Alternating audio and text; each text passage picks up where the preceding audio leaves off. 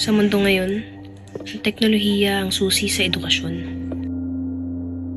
Ngunit para sa maraming kabataan, ang susi na ito ay hindi nila maabot. Nasa isang digital na hati ang ating bansa. May mga paaralan na puno ng modernong gamit, samantalang ang iba ay nagtitiis sa limitado. Ngunit ang edukasyon ay hindi lamang tungkol sa teknolohiya. May mga guro at mag-aaral na gumagawa ng paraan upang matuto at magturo, kahit na limitado ang mapagkukunan. Sa kabila ng hating teknolohiya, may pag-asa pa rin. Agwat.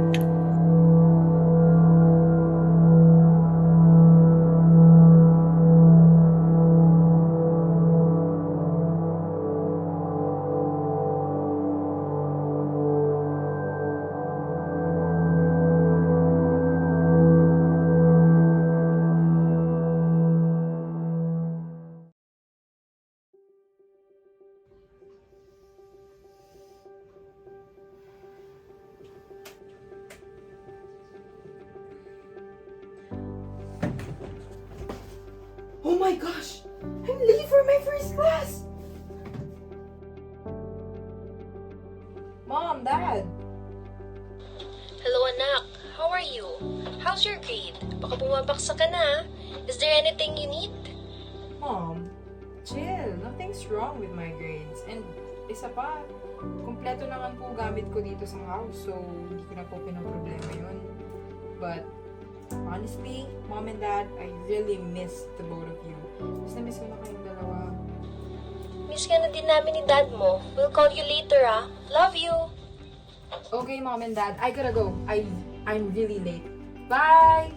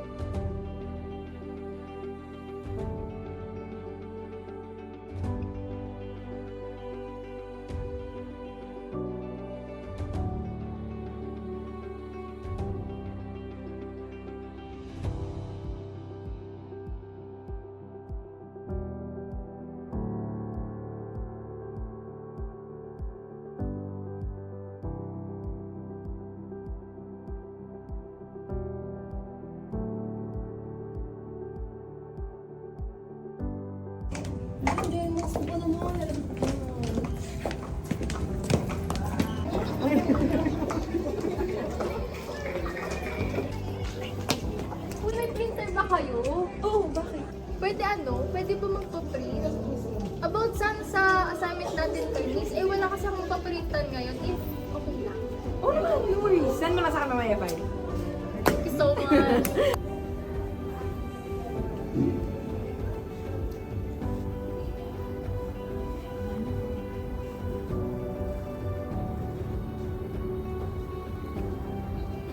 Miss Artist, the book I Yes.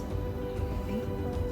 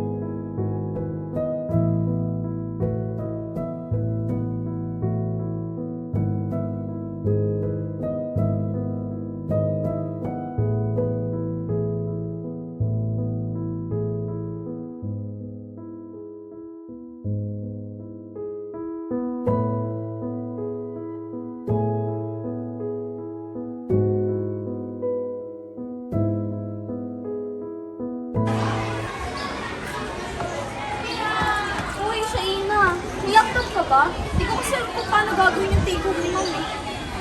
Wala nga eh. Pareho tayo ng problema eh. Paano gagawin mo doon? Sayang naman ang pamasahe ko. Pupunta pa ako ng bahay.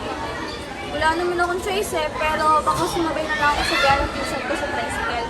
Sumabay ka na lang kaya para makalibre tayo. Tapos yung oras na gagamitin sa computer shop, yun na lang ibabayad natin. Sige, sabihan mo ako. Sige, Salamat, ingat ka.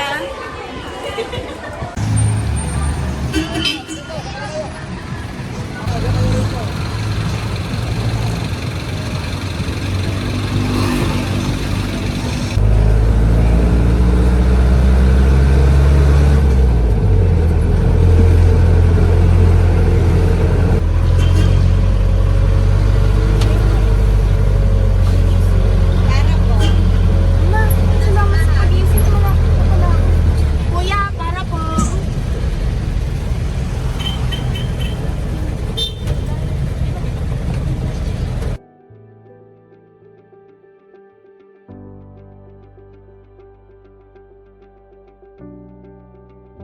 Sir, we're here na po.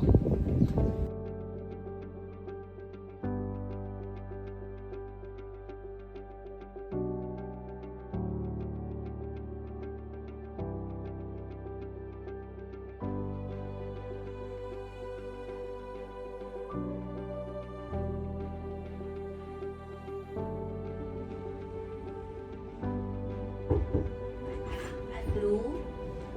Matulog ka na. Early ka pa tomorrow. Always ha. Okay, ma'am. Ikaw po. Bye.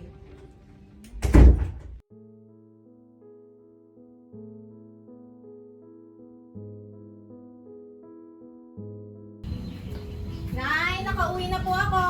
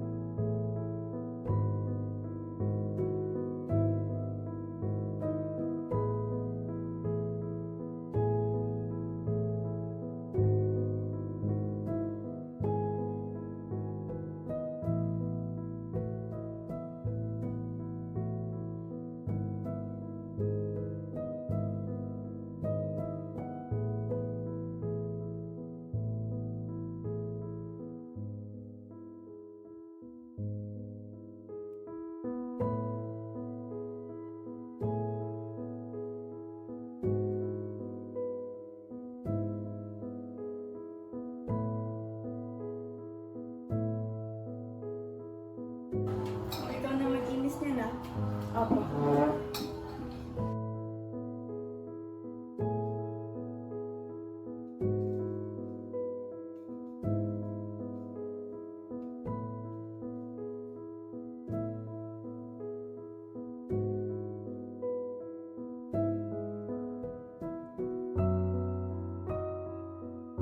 Nakakapagod naman. Gigising na naman ng alas 4 bukas sa haba ng biyahe. Hirap talaga ng may 7 a.m. schedule. Ay, Lord. Kaya ko to. Ganito rin naman ang pandemic. Papaprint pa ako bukas at pupunta ng computer shop para makagawa ng requirement namin. Bakit ko ba pinili itong kurso na ito? Eh wala naman akong gamit na karaniwang ginagamit. Nakakainis.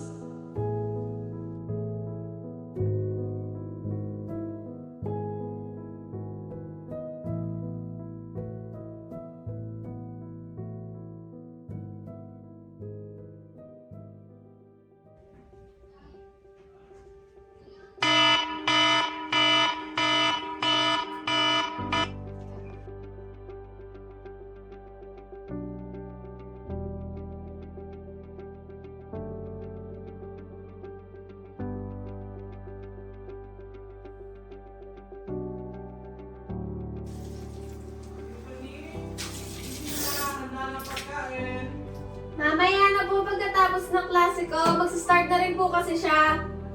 Sige, basta kakain ka ha. Opo.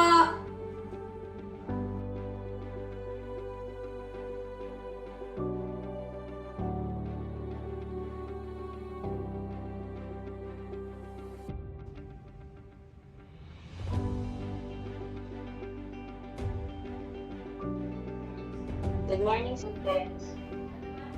Ano ba ng Tiffany? Here po, miss. And you should open your camera para naman makita namin yung kagandahan.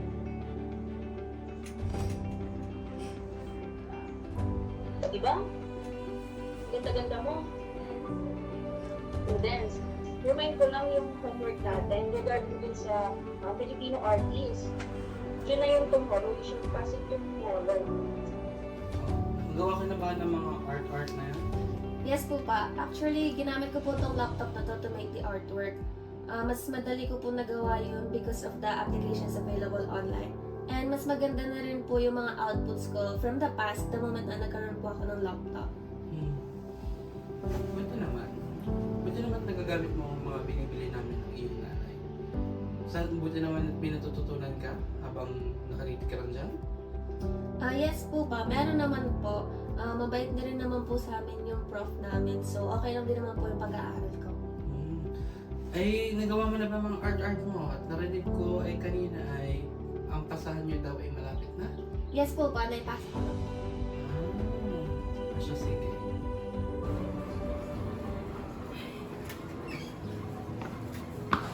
Oo, naipasa ko na. Bale, ito yung modules mo para sa next quarter, tapos ito naman yung sa isa mong kapatid. Ibigay mo na at ako'y pagod na. Salamat ate. Sabi nga pala ni nanay, magluto ka na rin ng hapunan natin. Hindi raw siya makakauwi. Sige, magpapahinga lang ako saglit. Bagong set na naman. Ang hirap talaga pag ganito. Mas gusto ko pa ng face to face. Kahit medyo malayo, mas madali sa akin. At least sa school, focus ako. Eh dito sa bahay, wala na nga akong cellphone pang research. Sumasabay pa yung iba kong kailangan gawin. Sabi pa naman ni ma'am, kailangan ko na raw i-search yung iba kasi wala na sa libro na pinahiram nila. Ang hirap isipin. Paano kaya?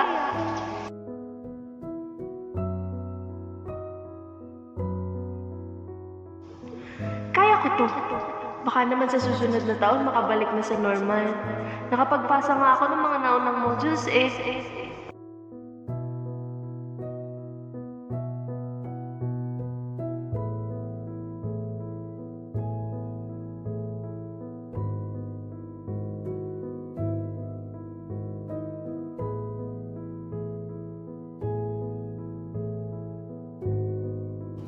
Kakain na! Nakapaghain na ako!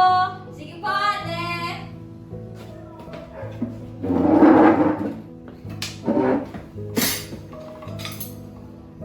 Sasabihin ko ba na kailangan ko ng cellphone o laptop? Sige na nga, wala namang mawawala. Titatanong ko lang din naman. Nay, sabi po ni ma'am, kailangan daw po talaga namin ng device pang research. Tsaka wala na daw po sa libro lahat ng aaralin namin. Tsaka mas madali daw pong aralin kapag galing na sa internet. Ay wala pa tayong pera na. Baka sa pangatlong buwan pa makapagpadala ang tatay mo. Sige, sabihan ko na lang muna si Aling Mirna para masabi ko rin sa tatay mo. Kahit ako naman ay dikipad lang ang mayroon.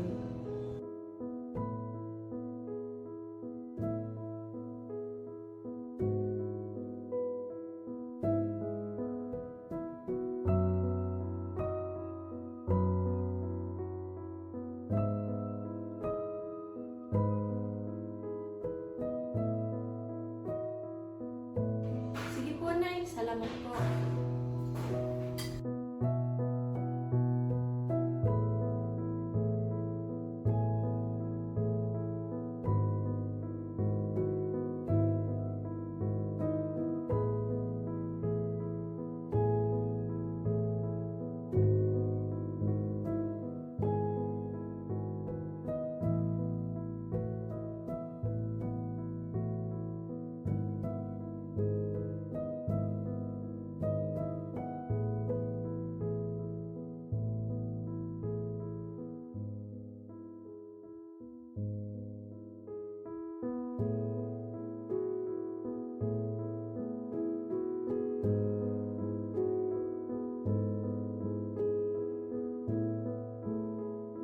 Eunice, gumising ka na. Magwalis ka ng bakuran. Gising na po!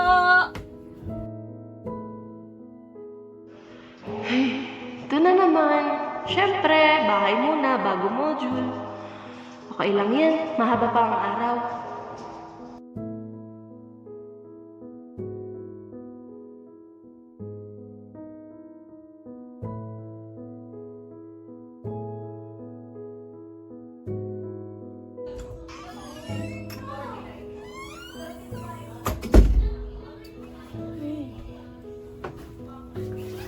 Tapos na rin.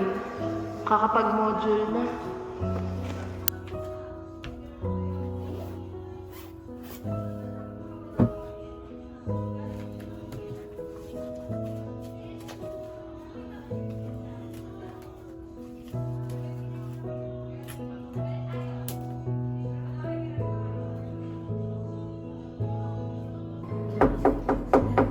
Ate, patukuin mo daw mga manok, sabi ni Mama.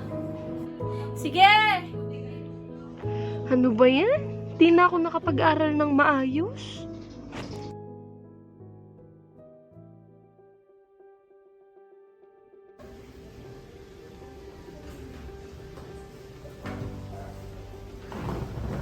May problema ba na?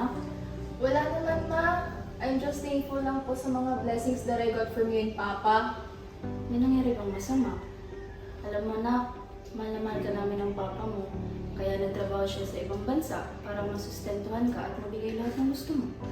Thank you, Ma, sa pagpapaaral sa akin sa private na school. Kumpletong gamit. Tsaka walang limitations every time na may laboratory kami. Pati na rin sa pagbayad ng Wi-Fi monthly. Nagagamit ko yung internet everyday.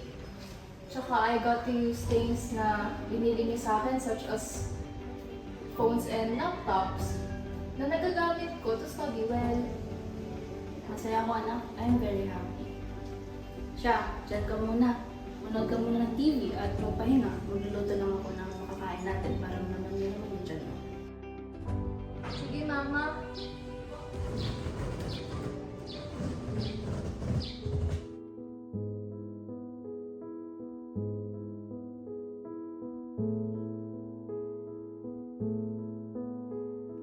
Kung ganun talaga ipipilitin natin gawa ng paraan, isang taon na lang ang pag-aaral mo. Sa lahat ng ating sakripisyo, 3 nauna na ang kailangan nating isagana na sa iyong huli. Kailangan na rin magpaplikayot ng iyong ama dito sa bukid, mga ibang namapasukal, ay para mabigay namin ang mga kailangan mo. Salamat, Nay. Kung kakayanin ay baka magtrabaho lang din po ako.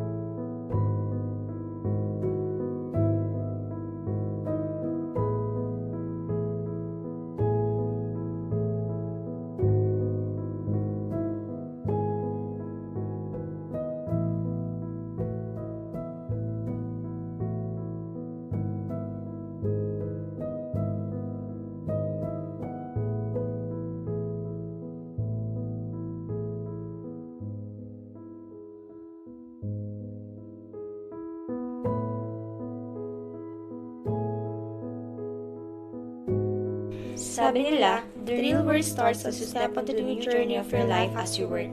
College was a struggle, a real one.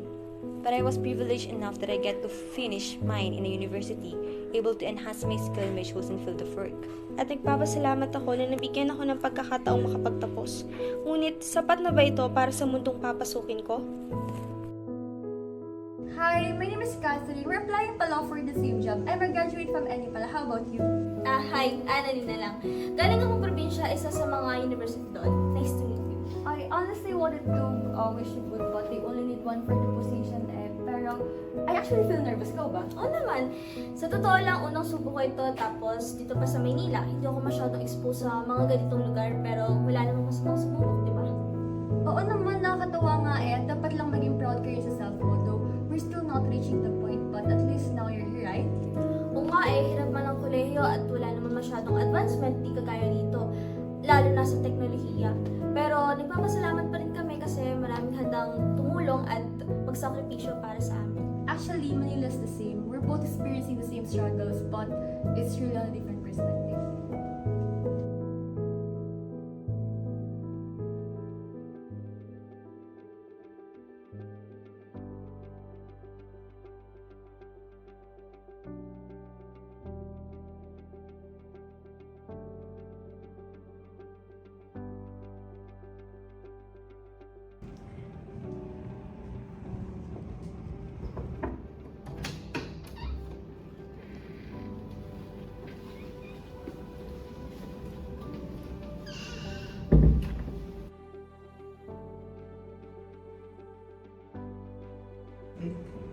Good morning to you two. Both graduate of the same course. Let's cut this short, Miss Resho. Why would we hire you? I should be hired for this position because of the skills that I acquired during my college years that I believe is enough for both literate and technological aspects, ma'am. How about you, sir? I was able to finish my college level at naniniwala po ako magagamit ko ito sa pagtitrabaho sa ganitong kumpanya. Miss Rasho, you've mentioned me that you are technologically literate. On what area of expertise? I can adjust well in many aspects, sir. We were hands-on with such things at my university and I am confident with the skills in my area. It is indeed needed in this field. Ms. Garbin, do you have any background for such things? In full honesty, ma'am, what I would say is that I am adaptable and I do learn fast.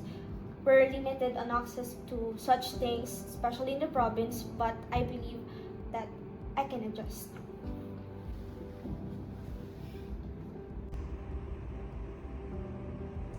It is a shame that you have such good records, but I think we need to consider Miss Resho to move on to the next step. And considering your histories, she fits well to the field. But don't get me wrong, Miss. You can still have other opportunities in the future, and I hope you can still adjust well in the rising the level. Congratulations, Miss Resho! Thank you, sir. Thank you so much, sir. Thank you, ma'am. Thank you po.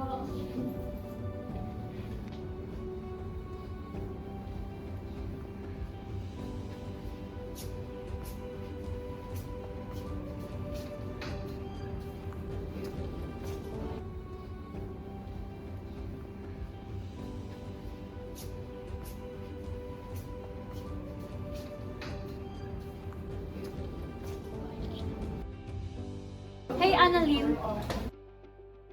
I see that you really wanted to adopt things here and it won't be easy without you knowing such things. Actually, I've been thinking about this since the moment we first talked earlier.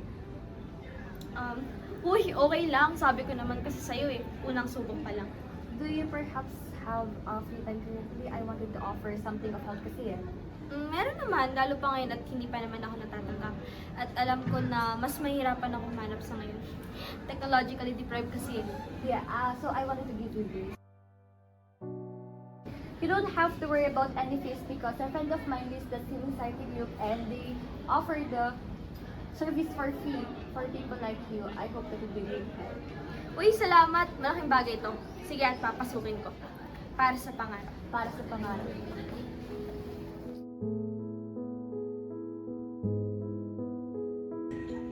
Agwat.